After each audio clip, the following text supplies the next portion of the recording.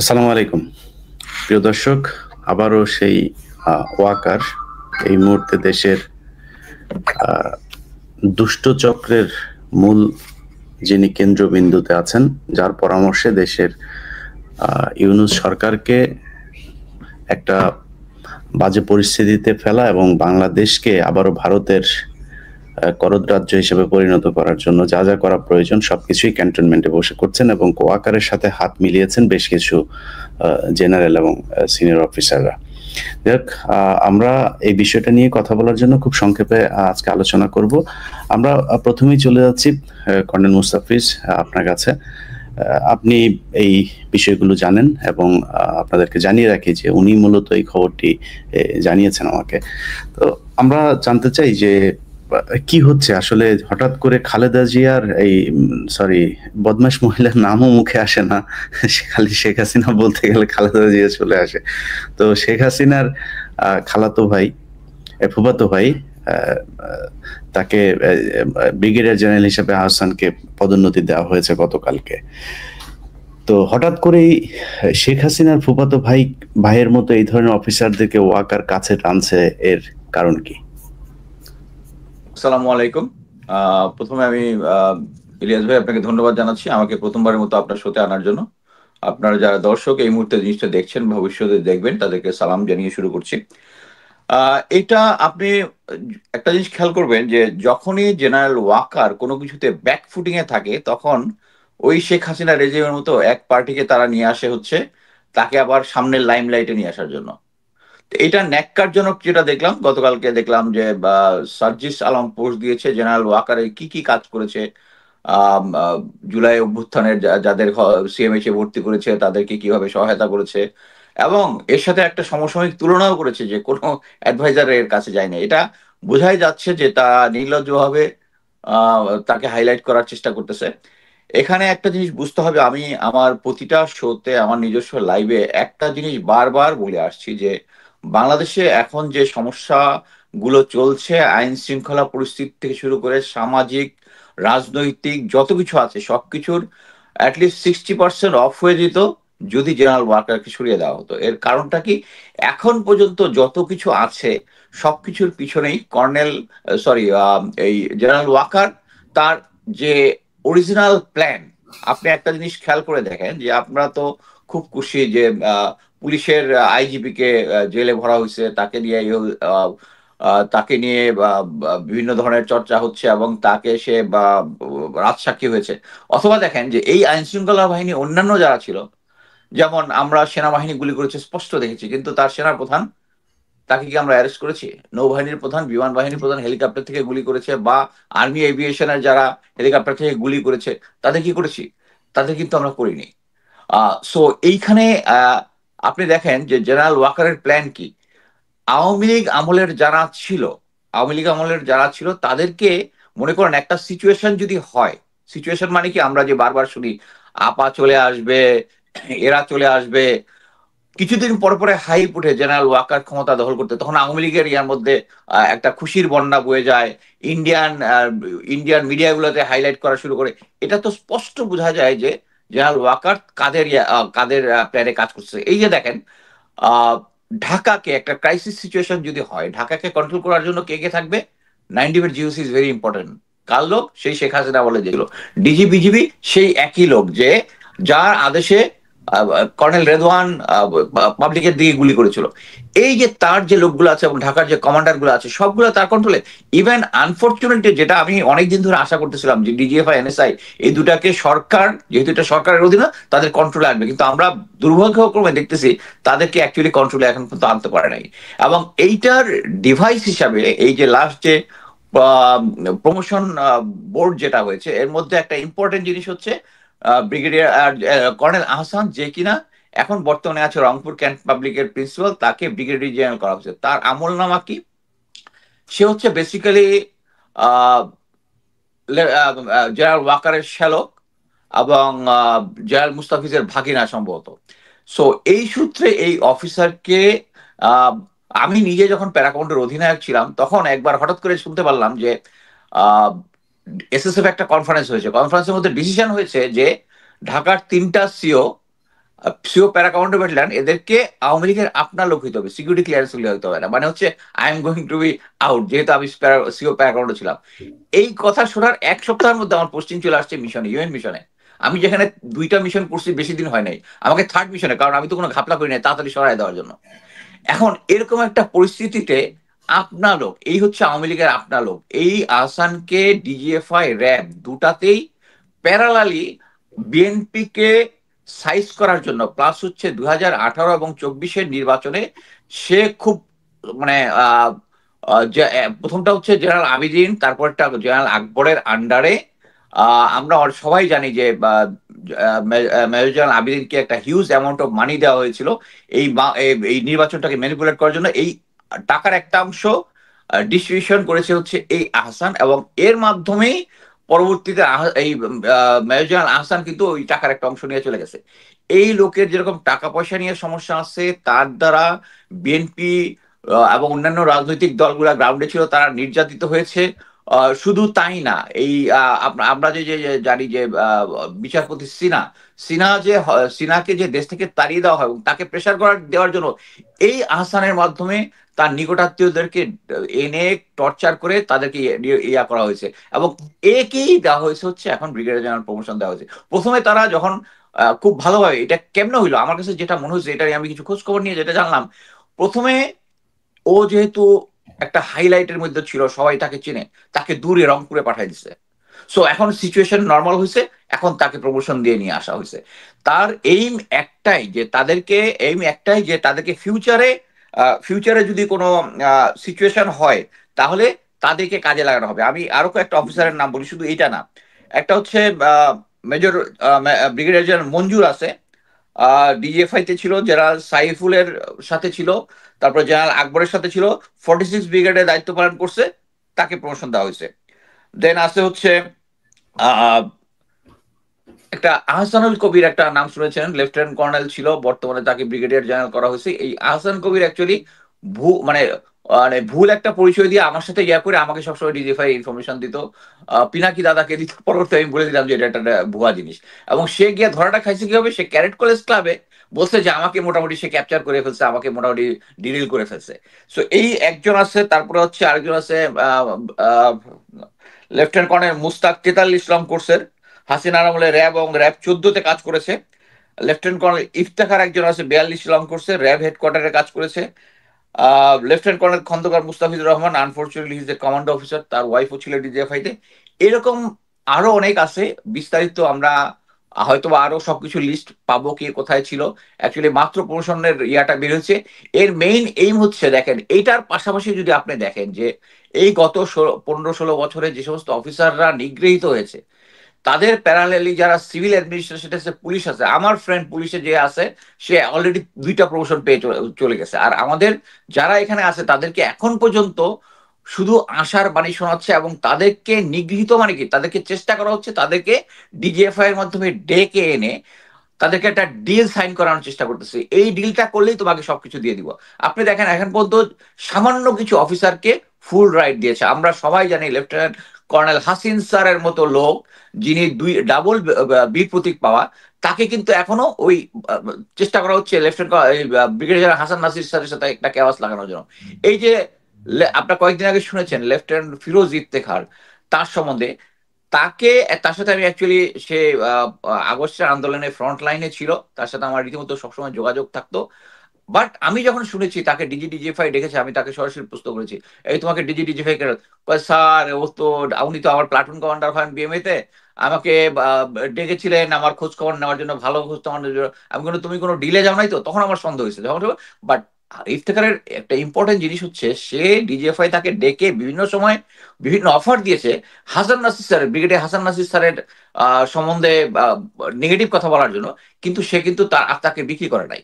তার ফাইন্যান্সিয়াল সমস্যা ছিল, ইয়া ছিল। একে যখন কোনোভাবেই করতে পারতেছে না, তখনই কিন্তু এই নাটক, এই যে ডাকাতির মামলাটা সাজানো হয়েছে।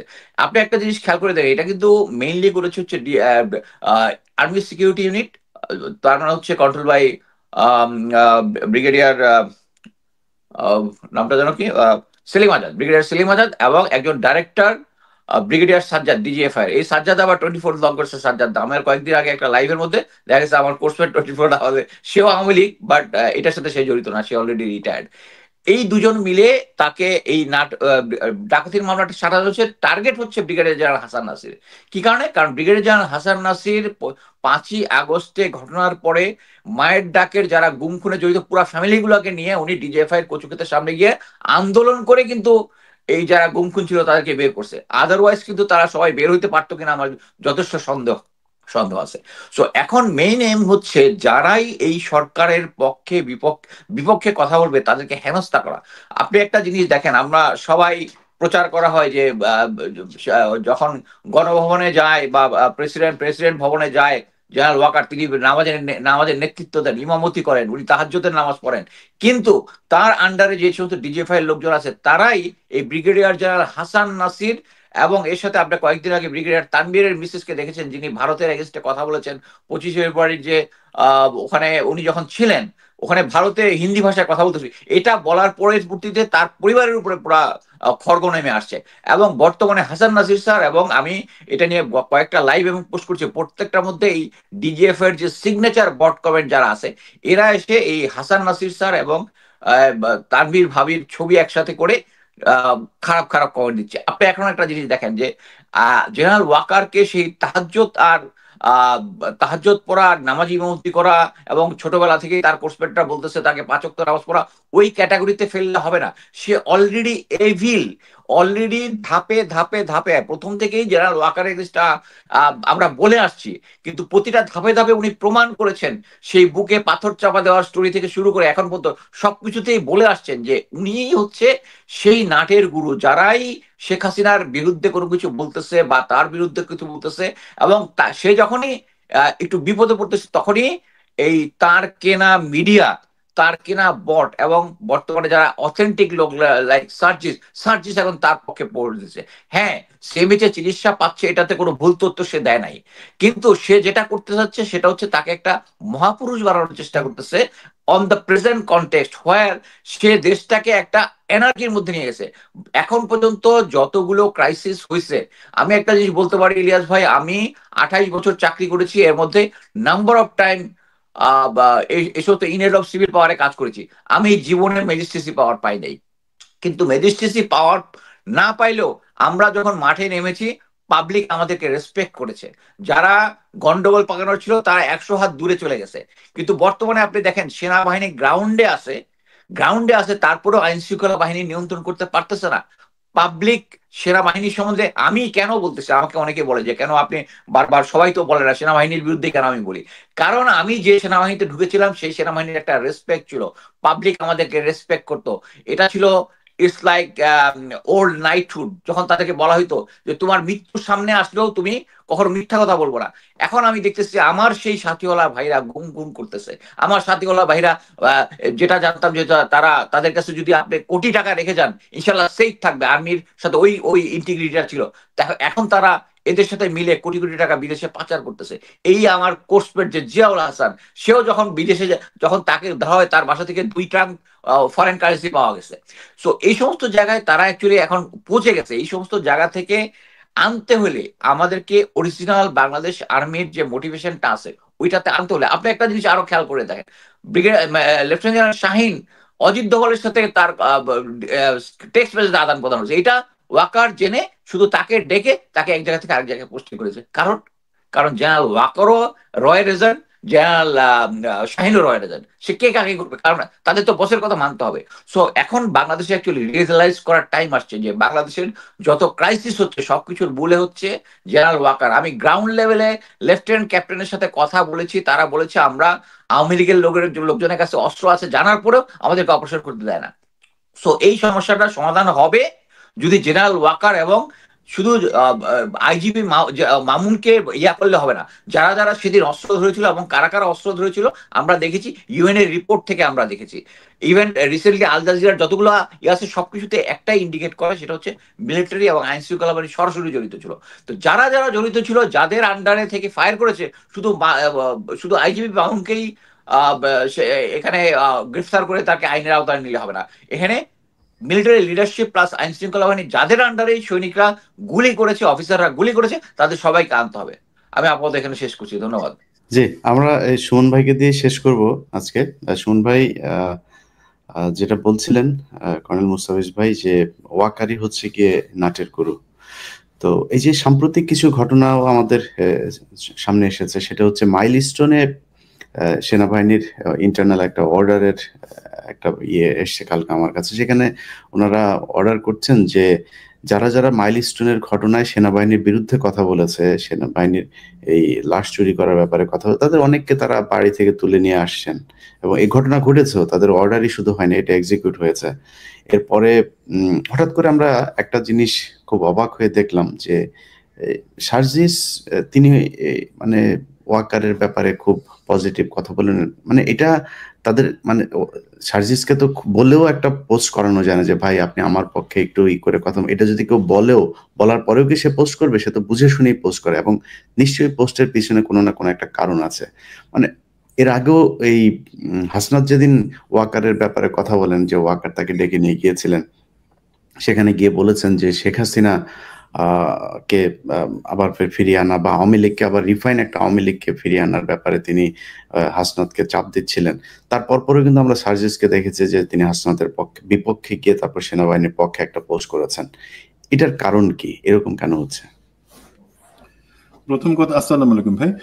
প্রথম কথা হলো গিয়া, আমি সেনাবাহিনী যে জায়গাটাতে বলতেছে, বা আপনি বললেন যে আপনার কাছে একটা ইন্টারনাল অর্ডারের ব্যাপারে খবর আছে, তো আমি, আপনি, পিনাকিদা, কনক সারওয়ার, মুস্তাফিজ, আমরা যতই বলি না কেন, তার থেকে গুরুত্বপূর্ণ হলো কাজে করে দেখানো। তো সেনাবাহিনী, আমি তো প্রশংসা করব, সেনাবাহিনী যেভাবে উদ্ধার কাজটা করছে, যেভাবে মিডিয়াতে আসছে, সেটা অবশ্যই প্রশংসনীয়। সেই ব্যাপারে কিন্তু আপনারা কেউ বা আমি কখনো সেটা নিয়ে প্রশ্ন করি নাই। আমাদের প্রশ্ন ছিল দুর্নীতির কারণে, অদক্ষতার কারণে, এবং শেখ হাসিনার কথা জি হুজুর বলে মেনে নিয়ে আমাদের বৈমানিক শুধু না, আমাদের দেশের শিশুদেরকে, সাধারণ নাগরিকদেরকে এই ধরনের একটা পুরনো বিমান, যেটা নতুন বিমান হিসেবে কেনা হয়েছিল, সেই ঘটনা, সেটাই আমাদের সবার ফোকাস ছিল। সরি, আমি একটু ইন্টারাপ্ট করি। সেটা শুধু এটা না, এই সেনাবাহিনীর লোকজন গিয়ে, এবং আমি একদম ওই স্কুলের শিক্ষকের কাছে শুনেছি, তারা গিয়ে তাদের একটা দল তো উদ্ধার কাজ করেছে, 2-3 জন গিয়ে তারা প্রথমেই তাদেরকে জিজ্ঞেস করেছে সিসি ক্যামেরার ফুটেজ এটা কোথায়, সেখান থেকে তার মেমোরি কার্ডটা যা যা আনার দরকার সেই হার্ড ডিস্ক গুলো নিয়ে এসছে। তারপরে রাতের বেলায় কেন তাদেরকে বালতির ভিতরে করে হাড়গোড়, তারপরে এগুলো নিয়ে লাশ নিয়ে বের হতে হবে? স্টুডেন্টরা তো সেনাবাহিনী সেখানে গিয়েছে সেটার বিপক্ষে ছিল না, তারপর তাদের গায়ে হাত তুলেছে, শিক্ষকদের গায়ে হাত তুলেছে, সেই কাজগুলিও তো এই সেনাবাহিনী করেছে। জি, মানে আমিও সেই পয়েন্টে আসছি, সেনাবাহিনী যে কাজটা করেছে বা সেনাবাহিনী কাজের মাধ্যমে প্রমাণ করবে, তার তো কাউকে শাটডাউন করানো, কাউকে মারধর করা, ভিতরে ঢুকে, যারা চিন্তা করেন যেই পিতার, মাতার, ভাই বোনের সন্তান বা ভাই বোন এই দুর্ঘটনার মধ্যে পড়ছে, তাদের মানসিক অবস্থাটা কি, সেই অবস্থায় তাদের আপনি পিটাইতেছেন। আপনাকে একটা সত্য প্রতিষ্ঠা করবার জন্য পিটানোর দরকার হয় না, কাউকে তুলে নিয়ে জিজ্ঞাসাবাদ করার দরকার হয় না, ভয় দেখানোর দরকার হয় না। আপনারা যদি ভালো কাজ করে থাকেন সেটার প্রশংসা লোকে করবে, কিন্তু ভিতরে ভিতরে আপনাদের মনে যদি কোনো সন্দেহ থাকে যে না, আপনারা যে কাজটা করতেছেন, আপনারা ইমানদারির সাথে সেই কাজটা করেন নাই, এই 15 বছরে করেন নাই, এবং 15 বছরে আপনাদের অভ্যাস হয়ে গেছে লোকের মুখ বন্ধ করার জন্য, তাহলে আপনারা ভুল করতেছেন। এখন এটা হলো কি, তাদের প্যানিকের কারণে তারা করতেছে। এই ব্যাপারটাতে আমি একটু আসবো। তার আগে সার্জিসের ব্যাপারে যে জিনিসটা আপনি বলছেন, সার্জিস আলম অবশ্যই বিপ্লবের একজন, হাজারো কর্মী এবং নেতা। প্রথম কথা, বিপ্লবে কোনো নেতা ছিল না। বিপ্লবে নেতা থাকলে কোনোদিন এই বিপ্লব সফল হতো না। সেটা বিএনপিও পারে নাই, কেউ পারে নাই। নেতা দিয়ে কাজ হয় না, সেটা ছাত্র জনতা বুঝাই দিছে। আপনারা সমন্বয়ক হিসেবে সামনে ছিলেন, সেই কারণে লোকে আপনাদের চিনে।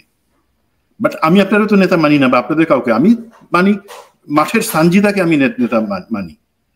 বাট এখানে নেতা থাকে কোন, তো এখন সমস্যা হলো আপনারা হয়ে গেছেন নেতা। আর সার্জিস এই কথাগুলো বলতেছেন, আমি ঐক্যে বা তাদের যে একটা স্পিরিট এখন পর্যন্ত আছে, এনসিপি তো আমি বিশ্বাস করি না, ছাত্র শক্তিতে বিশ্বাস করি। তো সেইখানে আমি সেটাকে দুর্বল করতে চাই না, বাট আমি যতদূর জানি, এবং এটা ইভেন বিভিন্ন মিডিয়াতেও আসতেছে, এনসিপির শীর্ষ পর্যায়ের 2-3 জন নেতা তারা যে আগে থেকেই কম্প্রোমাইজ ছিলেন, অথবা তারা ডিজিএফআই এর আশ্রয় ছিলেন, ডিজিএফআই এর প্রোটেকশনে থেকেই আন্দোলনের নামে সেই সময় জয়েন করছিলেন, এবং সেগুলার ভিডিও ফুটেজ বা ছবি, সিসিটিভি ফুটেজে তারা ডিজিএফআই এর মেসে কোথায় ছিলেন, কার সাথে ঘুরতেছেন, কার সাথে বৈঠক করতেছেন, সেগুলো কিন্তু এনসিপির ভিতরে অনেকে জানে এবং দেশের জনগণ কিছু একটা অংশ জানে। আমরা এই জিনিসগুলা এখন এক্সপোজ করতেছি না, বাট আমার মনে হয় সেইটা একটা ভয়, সেইটা একটা রশি তাদের কোমরে বেঁধে, সেই 2-3 জনের কোমরে বেঁধে রাখা হয়েছে, যে দেখো তোমাদের এই জিনিসগুলো কিন্তু পাবলিক যদি জানে যে তোমরা আসলে আন্দোলনের কোন পক্ষে ছিলা, তাহলে মুশকিল, সুতরাং বেশি বারবার বানা, আর মাঝে মাঝে আমাদেরকে একটু তেল দিবা, সেই কাজটা হয়তো করতেছে। বাট জনাব সার্জিস আলম, আপনি এখন নেতা হিসেবে প্রতিষ্ঠিত, আমি চাই না যে এই ব্যাপারে আপনার সাথে কনফ্রন্টেশনে যাইতে, বাট যখন আপনাদের কোনো দুর্বলতা দেখি তখন মনে হয় যে আসলে এখানে অন্য কিছুর ভয় বা টান আপনাদের মধ্যে আছে। আপনাদের ভয় থাকবে কেন? আপনারা এই অগ্রসেনানী হিসেবে এই বিপ্লবে ছিলেন। এখন একটু যদি আমাকে 3টা মিনিট সময় দেন, কর্নেল মোস্তাফিজ যে জিনিসগুলো বললো, সেখানে আমি ওই আহসানের ব্যাপারে কিছু, ব্রিগেডিয়ার জেনারেল হয়েছে যে আহসান, সে ব্যাপারে তেমন কিছু বলবো না। একটা হচ্ছে সে জেনারেল মোস্তাফিজের বড় ভাইয়ের ছেলে, মানে জেনারেল মোস্তাফিজের ভাতিজা, সেই সূত্রে হাসিনার কাজিন এবং জেনারেল ওয়াকারের শালা। তার এত যে দুর্নীতি জেনারেল মোস্তাফিজ সব কভার করেন। শুধু 2টা আমি আপনাকে বলি, বিচারপতি সিনহা, প্রধান বিচারপতি সিনহাকে যখন চাপ দিয়ে তাকে দেশ থেকে বাধ্য করা হইলো এবং পদত্যাগে বাধ্য করা হইলো, এই কাজটা ডিজিএফআই হয়ে এই ভদ্রলোক করছিল, দি দেন কর্নেল আহসান। 1 নাম্বার। 2 নাম্বার জিনিস হলো, এই SIBL ব্যাংক যেটা দখল করলো এস আলম গ্রুপ, সেটার দখল সে করাই দিছিল এই অফিসার। এখন এই ধরনের অফিসার মোস্তাফিজের পয়েন্ট অফ ভিউ থেকে বসে তারাই প্রমোশন পাচ্ছে, whereas যারা হাসিনার সময় বিভিন্ন ধরনের শাস্তি পাইছে অন্যায়ের প্রতিবাদ করবার জন্য, তাদের কাউকে একজনকে, আমি এখন পর্যন্ত যে লিস্ট দেখলাম, তাদের কাউকে তো প্রমোশন দেন নাই। কি অজুহাত? তারা কারণ শাস্তি পাওয়ার সাথে সাথে তারা পয়েন্টে বা ট্রেসে পিছনে চলে আসে, বলছে না তাদেরটা বিবেচনা করা হবে না। কেন বিবেচনা করবেন না আপনারা? এর মাঝে ইমরান ইবনে রৌফ, ইলিয়াস আপনার প্রোগ্রামে আমরা আলাপ করছিলাম, সে শুধু এনটিভি ভবনে আগুন লাগানো, হেফাজতে মানে শাপলা চত্বরে গুলি করে শত শত মুসল্লিকে বা নিরীহ ছেলেকে, মাদ্রাসার ছেলেকে মারা, দেন কোর্টের সামনে 7 মার্ডার বা অপহরণ, সেটা এই ধরনের অনেক কাজে জড়িত, যেই ব্যাপারে জাতিসংঘ এবং আন্তর্জাতিক মহলেও প্রশ্ন আছে বলে তাকে প্রমোশন হাসিনাও দিতে পারে নাই, হাসিনার প্রিয় লোক, তাকে এখন আপনি প্রমোশন দিচ্ছেন on retirement, say brigadier general হবে। তো এগুলা, এই পুরস্কারগুলো কেন দিতেছে? আপনার আমার রাগ হওয়ার কথা, বাট এই রাগের পিছনে আমি বলি আসলে জাতির জানা উচিত আসলে কি হয়েছিল। 5ই আগস্ট আমাদের যেই বলেন যে ছাত্র জনতার সাথে সেনাবাহিনী হাত মিলায় বিপ্লবে নেতৃত্ব দিছিল, হাসিনাকে দেশ ছাড়া করছিল, আমি বলি যে প্ল্যানটা ছিল সেই অনুযায়ী হাসিনার কখনোই 5 তারিখে যাওয়ার কথা ছিল না। হাসিনার প্ল্যান ছিল 6 তারিখ বিকালে সে একটা জাতির উদ্দেশ্যে ভাষণ দিয়ে বলবে যে ঠিক আছে, প্রয়োজন হলে আমি ক্ষমতা ছেড়ে দিতে পারি, আপনারা দেশবাসী যদি চায় আমি নির্বাচন দিব তত্ত্বাবধায়ক সরকারের আদানে। এইভাবে সে একটা আদেশ দিয়ে সে হয় কুমিল্লা সেনানিবাসে গিয়ে 3-4 দিন থাকবে, অথবা সিচুয়েশন খারাপ হলে সে ভারতে চলে গিয়ে থাকবে, বাট দেশের লোক জানতে পারবে না, দেশের লোক জানবে সে আছে। এইভাবে প্ল্যান ছিল। বাট 3 তারিখ থেকেই মোটামুটি একটা ধারণা করা হয়, বোঝা যায় যে না, হাসিনা টিকতে পারবে না হয়তো এইভাবে দেশে থেকে। তখন 3 তারিখে কিন্তু এই মেজর লেফটেন্যান্ট জেনারেল মুজিব, দেন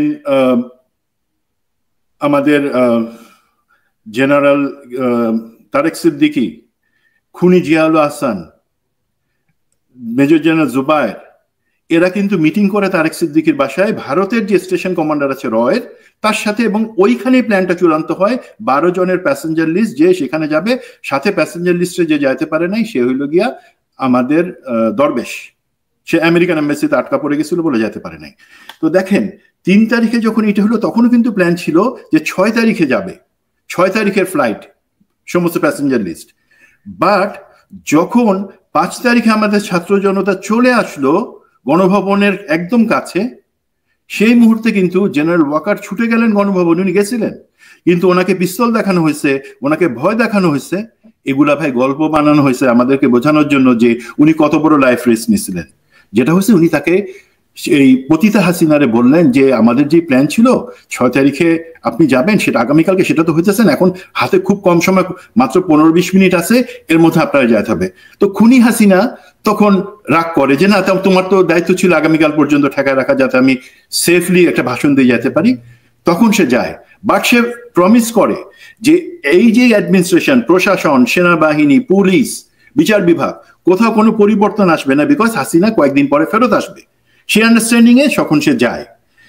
এখন সমস্যা হয়ে গেল কি ভাই, যাদেরকে তারপরে জেনারেল ওয়াকার বিভিন্ন সময় চাকরি থেকে 5 তারিখের পরে চাকরিচ্যুত করছেন, অথবা এই যে দেখেন মেজর জেনারেল সারওয়ার, তাকে 10 ডিভ থেকে নিয়ে চিবোর্ডে দিছে। তারপরে যারা ডিজিএফ এর যারা ভারতে পালা গেছে তাদের কথা আমি বলতেছি না। দেন মেজর জেনারেল কবির, তাকে স্কুল অফ ইনফ্যান্ট অ্যান্ড ট্যাকটিক্সে নিয়ে যাওয়া হয়েছে। মেজর জেনারেল আমিন, আনসারের ডিজি, তাকে minister of foreign affairs. Then who else, Mustafiz the other major general, যাকে মোফাতে রাখা হয়েছে। মেজর জেনারেল মাহবুবুর রশিদ, কদমবস্তি জেনারেল, তাকেও পররাষ্ট্র মন্ত্রণালয়ে রাখা হয়েছে। এরা সবাই কিন্তু চাকরিতে আছে। এই চাকরিতে থাকা, দেশে থাকা পার্টি যারা ভারতে পালাই গেছে, খালেদ মামুন, মামুন খালেদের কথা আমি পরে আসতেছি। খালেদ মামুন রিটায়ার চলে গেছে অলরেডি। না, সেও তো দেশেই আছে। না, বাট উনি দেশে আছেন, মেজর জেনারেল মামুন খালেদ। এবং আমার প্রশ্ন থাকবে গুমকুম, না মামুন খালেদ না, এটা হচ্ছে 21 লং কোর্সের মামুনের কথা বলতেছে ইলিয়াস ভাই। 21 লং কোর্সের মামুন, সে অলরেডি আর্টিলারির, হ্যাঁ সে আছে। আর 5th লং কোর্সের যে লেফটেন্যান্ট জেনারেল মামুন খালেদ, উনি কিন্তু দেশে আছেন। গুমখুন কমিশন চিল্লাইতেছে যে তাকে কেন, আমরা কেন লোকদের দেওয়া হলো না। রে ভাই, অ্যাটলিস্ট লেফটেন্যান্ট জেনারেল মামুন খালেদকে আপনারা কার্যকরী ব্যবস্থা নেন, তারপর বাকি কথা। তো যেটাতে আসতেছিলাম, এখন এই পার্টি যারা ভারতে পালা গেছেন, 2 জন আছেন দুবাইতে, এবং যারা দেশে আছে তারা কিন্তু সার্ভিং এখনো চাকরিরত, বাট তাদেরকে একটু কোনায় সরায় দেওয়া হয়েছে। তারা মিলে এখন তাদের চিন্তা, আমাদের তো সরায় দেওয়ার কথা ছিল না, আমাদের তো শপথে থাকার কথা ছিল। তো জেনারেল ওয়াকার আমাদের সাথে বেইমানি করছে, জেনারেল ওয়াকার আমাদেরকে সরানোর কথা না, সুতরাং জেনারেল ওয়াকার খারাপ। আর এদিক থেকে জেনারেল ওয়াকার কিন্তু তাদের বিরুদ্ধে কোনো ব্যবস্থা নিতেছে না। বিপ্লবের যারা পক্ষের, তাদেরকেও উনি ন্যায় বিচার করতেছেন না। জেনারেল ওয়াকার মাঝামাঝি জায়গায় আছেন। আর এই যেই গোষ্ঠী যারা হাসিনার পালিত, এখনো বাংলাদেশে চাকরি করতেছে, সেনাবাহিনীতে বসে আছে, এবং অথবা সেনাবাহিনী বাদে অন্যান্য টি বোর্ড, জেনারেল সার্ভার টি বোর্ডে আছে, তারা করতেছে কি, ঘুট পাকাইতেছে। ঘুট পাকায় জেনারেল ওয়াকারের উপর প্রেশার দিতেছে যে তুমি অনেক করছো আমাদের সাথে অন্যায়, এখন বিপ্লবের পক্ষের কেউ যাতে না আসে, অ্যাটলিস্ট 5 বছর পরে যাতে আমরা সেফ থাকি, তোমাকে আনতে হবে কাদের, সামনের দিকে প্রমোশন দিতে হবে। এই যারা হাসিনার পালিত, যারা গুম খুনের সাথে জড়িত, যারা অর্থ কেলেঙ্কারির সাথে জড়িত, ব্যাংক বেচাকেনার সাথে জড়িত, তাদেরকেই তুমি দাও। বাকি কে কি বলতেছে সেগুলা মাথায় নিও না। এই হচ্ছে সিচুয়েশন, যে আমরা পুরাটা সত্যি যখন জানি, বুঝবো যে কখনো অ্যাকচুয়ালি কেউ বিপ্লবের পক্ষে এসে দাঁড়ায় নাই। শুধু গা বাঁচানোর একটা সময় ছিল, তারা সেই গা বাঁচাইছেন। সেই সময় বিপ্লব বাংলাদেশের জনগণ আনছে। আপনি জেনারেল ওয়াকার কাছে জিজ্ঞাসা করেন, আপনি কি বিপ্লব আনছেন? উনি কিন্তু বলবেন না। উনি বলবেন না, আমি সংবিধান রক্ষা করছি। মানে শেখ হাসিনাকে বিমান বাহিনী প্রধানের দায়িত্বে সরাসরি একটা পতিতা প্রধানমন্ত্রীরে ভারতে নিয়ে সেফ রেখা, সেইটাই সংবিধান সমুন্নত রাখা। দুঃখিত, আমি সেটা বাই করি না। তো এই জায়গাগুলো যদি আমরা বুঝি, তাহলে বুঝবো যে আজকে যে অন্যায় বিচার, আমাদের প্রত্যাশা অনুযায়ী সেনাবাহিনী বা প্রশাসনে বিপ্লবের পক্ষের লোকদেরকে এখনো দাবায় রাখা হইতেছে, বিশেষ করে সেনাবাহিনীতে। তার বিপরীতে বিপ্লবের বিপক্ষের লোকদের প্রমোশন দেওয়া হয়েছে। এটা হলো সেই আকুতি বা তার ব্যাকগ্রাউন্ড। প্রিয় দর্শক, আমরা সেনাবাহিনী নিয়ে ধারাবাহিক এই জিনিসগুলো প্রচার করছি। এর কারণ হচ্ছে যে আমরা চাই সেনাবাহিনী একটা আমাদের দেশের জন্য একটা গর্বের সংস্থা। এই সংস্থাটা যদি সঠিক পথে থাকে তাহলে আমার দেশের স্বাধীনতা এবং সার্বভৌমত্ব এটা ঠিক থাকবে। আমরা বেশ কদিন ধরে দেখছি যে নাটক সাজানোর জন্য একটা পরিকল্পনা চলছে। এই যে ডিজিএফআই এর বিভিন্ন লিখে দেওয়া স্ক্রিপ্ট লিখে তাদের নিয়োগ করা কিছু অফিসারদেরকে দিয়ে তারপরে এই নাটকগুলো সাজানো হচ্ছে, যে নাটক তারা দীর্ঘদিন ধরে এই যাদের যে অফিসারদের নাম এখন এসে তারাই করতো এগুলো। এবং যেটা বলছিলেন সুমন ভাই যে হেফাজতের রাতে যে ইমরান ইবনে রৌফ তাদের যেই আমরা শুধু এখন সব কিছুতেই সেনাবাহিনীর ওই বেনজির আর সেনাবাহিনীর একজন জিয়াউল হাসান এই দুইজনের উপরেই সব দায় চাপানোর চেষ্টা করি। তাদের অপরাধের পাশাপাশি এরাও যে অপরাধ করেছে সে অপরাধগুলো আমরা খুব একটা আলোচনায় রাখছি না এবং তাদের বিরুদ্ধে কোনো ব্যবস্থাই নেওয়া হচ্ছে না আদৌ। যাই হোক, এই কারণে আমরা মনে করছি যে সেনাবাহিনীকে একটা স্বচ্ছতার আওতায় আনা হোক, তাদের বিচারের আওতায় আনা হোক। তারা পিলখানা হত্যাকাণ্ড থেকে শুরু করে এই পর্যন্ত যত হত্যাকাণ্ড গুম খুনের সাথে জড়িত সেই বিষয়গুলোর বিচার হোক। আমরা মুস্তাফিজ ভাই কিছু একটা বলতে চাচ্ছেন, আপনাকে দিয়ে শেষ করে দেব। ধন্যবাদ। আমি যেটা বলতে চাচ্ছিলাম সুমনের কথা প্রেক্ষে, যে ইমরান ইবনে রৌফ যে যাকে রিটায়ারমেন্টের সময় ব্রিগেডিয়ার জেনারেল দেওয়া হয়েছে, সে আমি এখন যেটা শুনলাম সে এক ধরনের রাজসাক্ষী হওয়ার প্ল্যান করেছে। সে গুম খুন কমিশনের কাছে এসে তার সাথে অ্যাকচুয়ালি আমার পার্সোনাল মেজর জেনারেল জিয়াউল হাসানের একটা ব্যক্তিগত দ্বন্দ্ব ছিল। এই দ্বন্দ্বের কারণেই অ্যাকচুয়ালি ওই আওয়ামী লীগের সময় সে প্রমোশন পেতে পারেনি। সো এখন সে একটা রাজসাক্ষী হওয়ার চেষ্টা করতেছে। বাট আই গ্যারান্টি ইউ, ওই যে হেফাজতে ইসলামের সময় যে হত্যাকাণ্ডটা সে করেছে প্লাস অন্যান্য করেছে, সে ফার্স্ট টাইম আমার কাছে 1-to-1 কথা বলেছে সে এই কাজগুলো সে করেছে এবং তার সাথে যে ভারতীয় কানেকশন আছে এটা আমার সাথে নির্দ্বিধায় স্বীকার করেছে। এবং এরকম একটা অফিসারকে শুধু রাজসাক্ষী হলে ছেড়ে দেওয়াটা আমার মধ্যে যুক্তিতে হবে না। Same with lieutenant general Mamun Khaled, উনি নিজে প্রথমে গুম খুন কমিশনের কাছে গিয়ে একটা রাজসাক্ষী হওয়ার একটা ধান্দা করেছেন, বাট উনি হচ্ছে অরিজিনাল আওয়ামী লীগ। সে is a very smart man. সে গুম খুন কমিশন 3 মাস পরে বুঝতে পেরেছে যে actually he is not giving any information, সে শুধু ঘুরাচ্ছে এবং বেসিক্যালি কিছুই দেয় নাই। পরবর্তীতে আমরা দেখেছি যে পরবর্তীতে তার যে ভ্রমণ নিষেধাজ্ঞাটা আসছে অনেকদিন পরে। সো এরকম একটা পরিস্থিতিতে আমি এটাই বলবো, যে সমস্ত অফিসারদেরকে প্রমোশন দেওয়া হয়েছে ওই সময় এদেরকে ব্যবহার করা হবে এই যারা এটার এগেনস্টে যারা কথা বলতেছে, জেনারেল ওয়াকারের এগেনস্টে, আওয়ামী লীগের এগেনস্টে, এদেরকে ওই যে জিনিসটা বলেছি যে খুব সূক্ষ্মভাবে তারা তাদের উপর প্রেশার ক্রিয়েট করার চেষ্টা করবে। সো আমি মনে করি যে এই জিনিসটা ইয়াতে তত্ত্বাবধায়ক সরকার বা ইন্টারিম গভর্নমেন্ট যেটাই বলুন, জেনারেল প্রফেসর ইউনুসকে অ্যাটলিস্ট ডিজিএফআই এবং এনএসআই এর উপরে ওনারা কোনো কন্ট্রোল দিতে পারে নাই, কোনো কন্ট্রোল নিতে পারে নাই। এটা অ্যাকচুয়ালি আমি বলবো ব্যর্থতা, এই সরকারের একটা ব্যর্থতা। এবং এটাই আমি মনে করি যে জেনারেল ওয়াকারকে যদি সরায় দেওয়া হয় তাহলেই অন্যান্য যারা আছে তারা হয়ে যায়। এই যে মেজর জেনারেল সারোয়ারের কথা যেটা বললো, উনি সিটিআইবি তে ডিরেক্টর থাকা অবস্থায় warrant office honorary captain Zahur, যেটা নিয়ে আমি একটা পোস্ট দিয়েছি, যেটা 2019 সালে সে ডিজিএফআই কাস্টাডিতে মারা যায়। এবং আমি জানি না এটা নিয়ে, আমি অ্যাকচুয়ালি তার ছেলেও আছে একজন মেজর নাহিদ, আসামে চাকরি করতেছে, কিন্তু সে চাকরির ভয়ে কিছু করতেছে না। আমি আশা করি গুম কমিশন এই কেসটা সামনে নিয়ে আসবেন। ধন্যবাদ। ইলিয়াস, সরি, আমি জানি আপনার হয়তো তার আছে, 2 মিনিট আমাকে একটু দিবেন, যেহেতু জেনারেল মামুন খালেদের কথা আসলো। জি, 2 মিনিট পাবো নাকি পাবো না? না, আমি তারা নেই ভাই, আমি লেজার টাইম পাস করতেছি, সমস্যা নেই, আপনি বলেন। আচ্ছা, এখন লেফটেন্যান্ট ইফতেখারের ব্যাপারে একটু কিছু আগে কথা বলতেছিল যে একজন অফিসারকে ফাঁসানো হয়েছে ডাকাতি, পুরা নিউজ মিডিয়া সব জায়গায় চলে আসছে। কিন্তু যে এখন ধরেন এই যে ডিজিএফআই না, তো এটা হচ্ছে মিলিটারি ইন্টেলিজেন্স, মানে general Selim Azad brigadier general, সেই জিনিসগুলা চালছে এইভাবে যে যেহেতু সে এর মাধ্যমে জেনারেল হাসান নাসিরকে তারা পৌঁছাতে চাইছিল। আপনি এটা নিয়ে 2টা প্রোগ্রামও করছেন। এখন জিনিসটা কি ভাই একটু দেখেন তো, এইটাতে অ্যাকচুয়ালি সম্মান কার হানি হয়েছে? সেনাবাহিনী সম্মান হানি হয়েছে। তারা তাদের একটা স্বার্থ উদ্ধারের জন্য তারা এখন একটা ভাগ করে ফেলছে, serving officer versus retired officer, যেটা আমরা চাই না।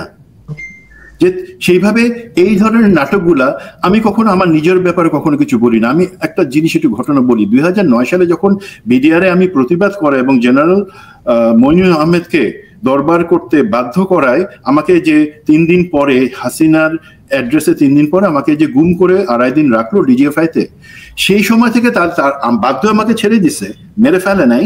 বাট তখন থেকে তাদের মনে একটা ধারণা যে আমার কাছে কোনো এভিডেন্স আছে বা কোনো বড় কোনো প্রমাণ আছে এই সরকারের বিরুদ্ধে বিডিআর বা অন্য কোনো ঘটনা নিয়ে। তখন তারা যে জিনিসটা করলো 2012 থেকে আমার নামে যুব মহিলা লীগকে ব্যবহার করে, তখন আমি কিন্তু রিটায়ারমেন্ট নিয়ে ফেলছি বা এত আর সহ্য হয় না, যুব মহিলা লীগকে ব্যবহার করে বিভিন্ন মামলা 13টা মামলা দিল।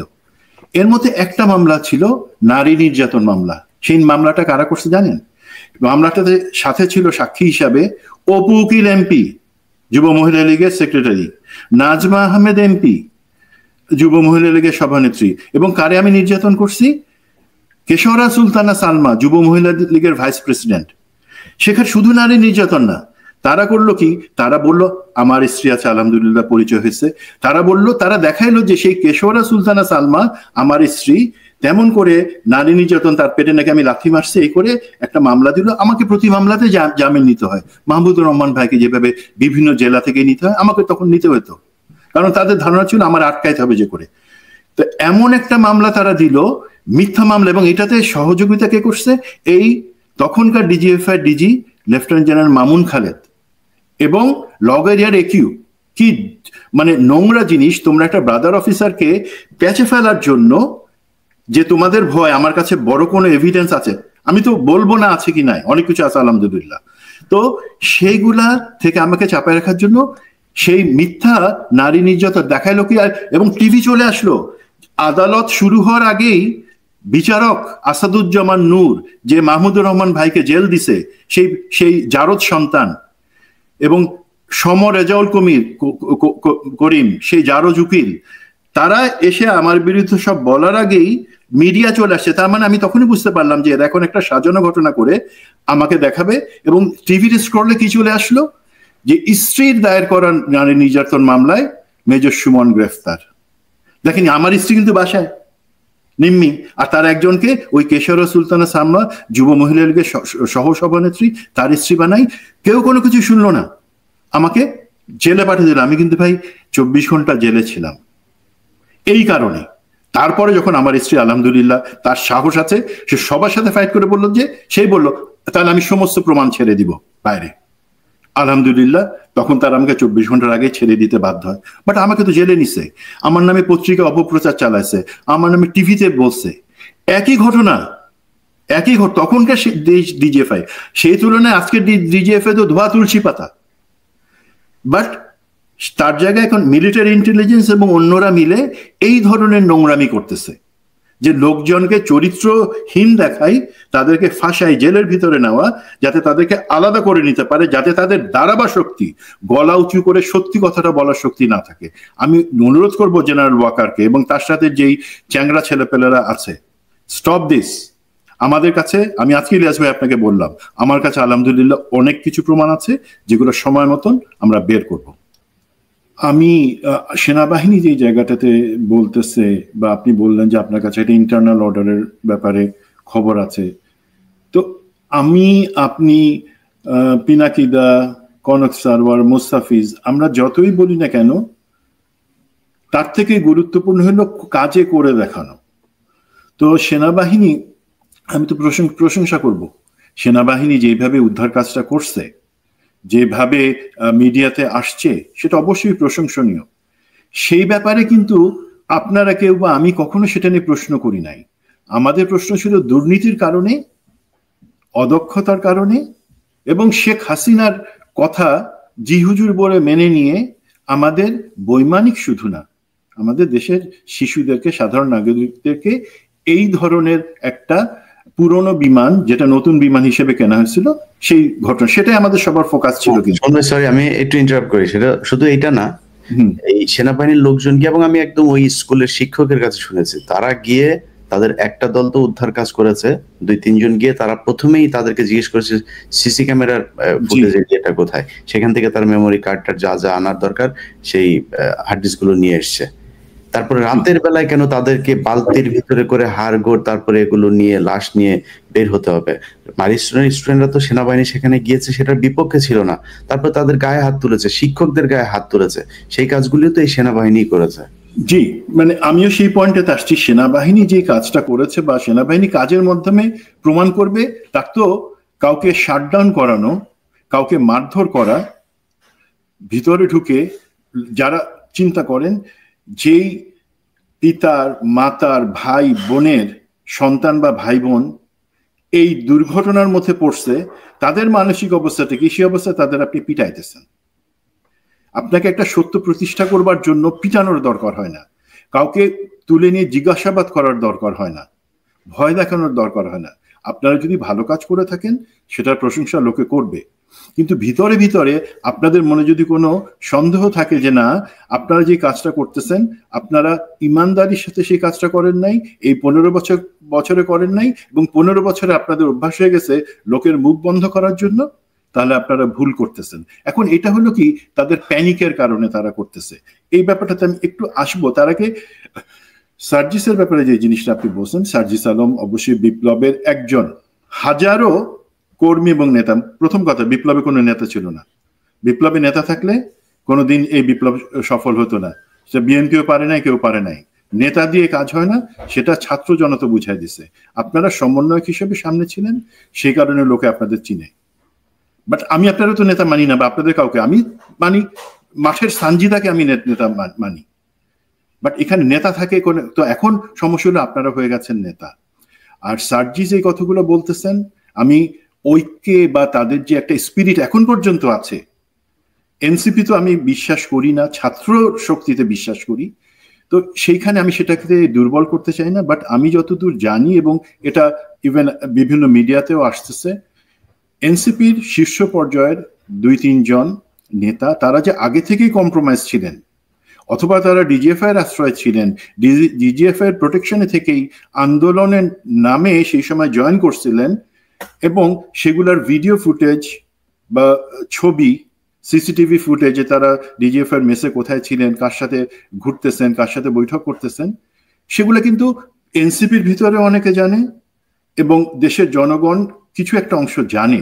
আমরা এই জিনিসগুলা এখন এক্সপোজ করতেছি না, বাট আমার মনে হয় সেইটা একটা ভয়, সেইটা একটা রশি তাদের কোমরে বেঁধে, সেই 2-3 জনের কোমরে বেঁধে রাখা হয়েছে, যে দেখো তোমাদের এই জিনিসগুলো কিন্তু পাবলিক যদি জানে যে তোমরা আসলে আন্দোলনের কোন পক্ষে ছিলা, তাহলে মুশকিল। সুতরাং বেশি বারবার বানা, আর মাঝে মাঝে আমাদেরকে একটু তেল দিবা, সেই কাজটা হয়তো করতেছে। বাট জনাব সার্জিস আলম, আপনি এখন নেতা হিসেবে প্রতিষ্ঠিত, আমি চাই না যে এই ব্যাপারে আপনার সাথে কনফ্রন্টেশনে যাইতে, বাট যখন আপনাদের কোনো দুর্বলতা দেখি তখন মনে হয় যে আসলে এখানে অন্য কিছুর ভয় বা টান আপনাদের মধ্যে আছে। আপনাদের ভয় থাকবে কেন?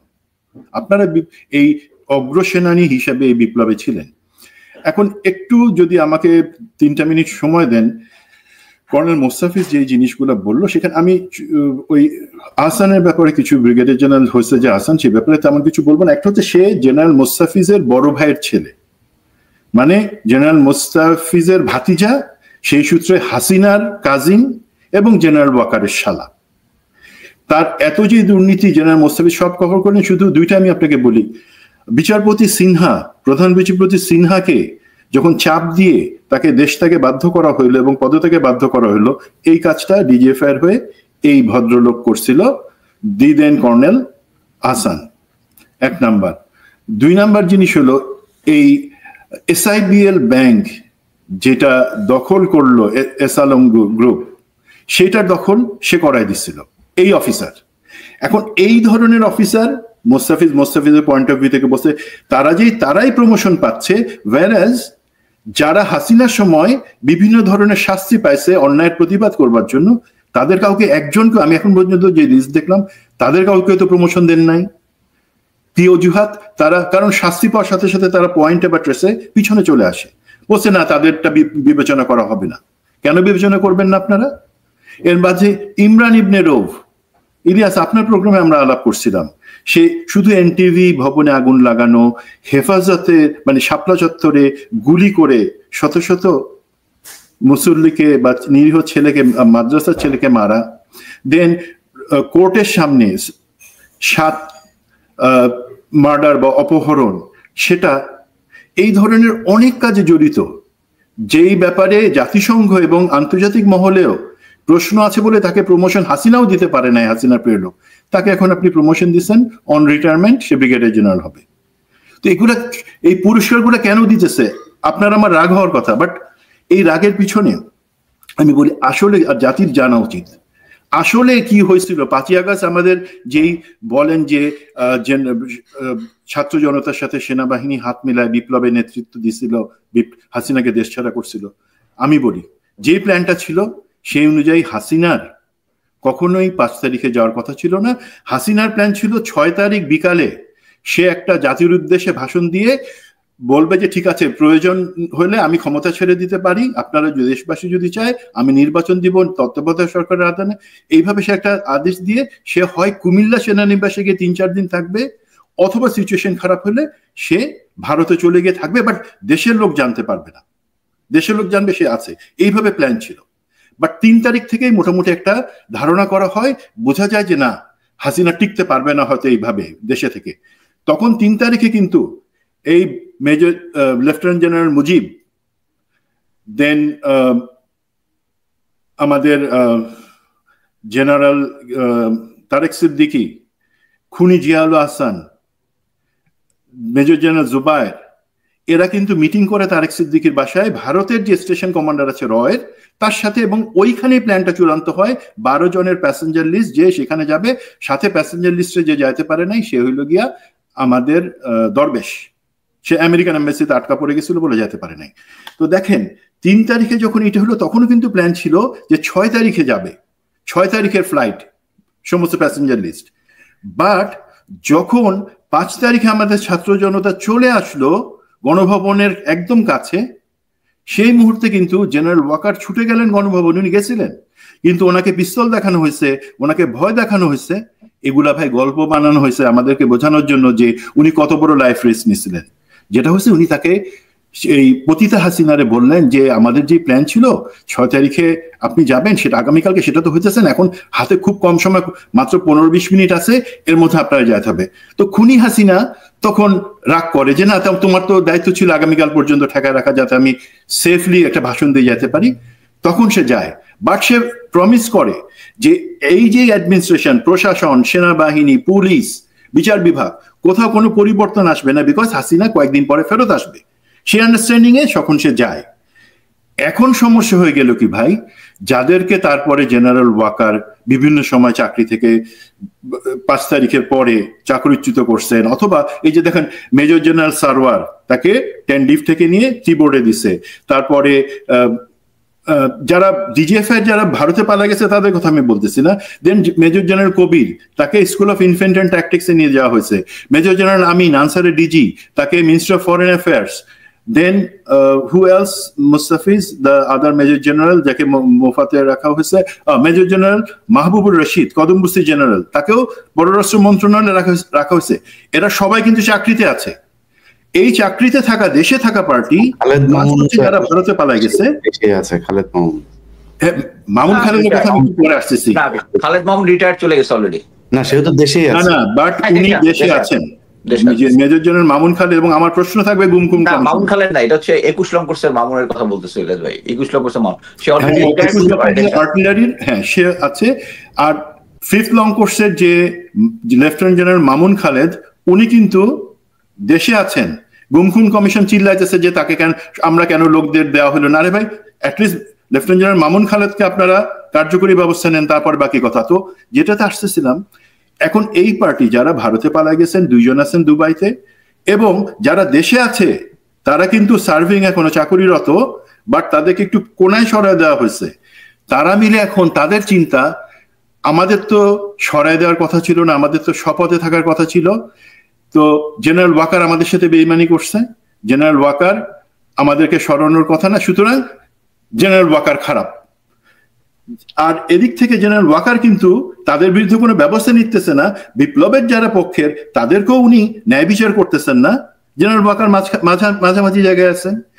আর এই যে গোষ্ঠী যারা হাসিনার পালিত, এখনো বাংলাদেশে চাকরি করতেছে, সেনাবাহিনীতে বসে আছে, এবং অথবা সেনাবাহিনী বাদে অন্যান্য tea board, general server tea board আছে, তারা করতেছে কি ঘুট পাকাইতেছে, ঘুট পাকায় জেনারেল ওয়াকারের উপর প্রেশার দিতেছে যে তুমি অনেক করছো আমাদের সাথে অন্যায়, এখন বিপ্লবের পক্ষের কেউ যাতে না আসে, অ্যাটলিস্ট 5 বছর পরে যাতে আমরা সেফ থাকি, তোমাকে আনতে হবে কাদের, সামনের দিকে প্রমোশন দিতে হবে এই যারা হাসিনার পালিত, যারা গুম খুনের সাথে জড়িত, যারা অর্থ কেলেঙ্কারির সাথে জড়িত, ব্যাংক বেচাকেনার সাথে জড়িত, তাদেরকেই তুমি দাও, বাকি কে কি বলতেছে সেগুলা মাথায় নিও না।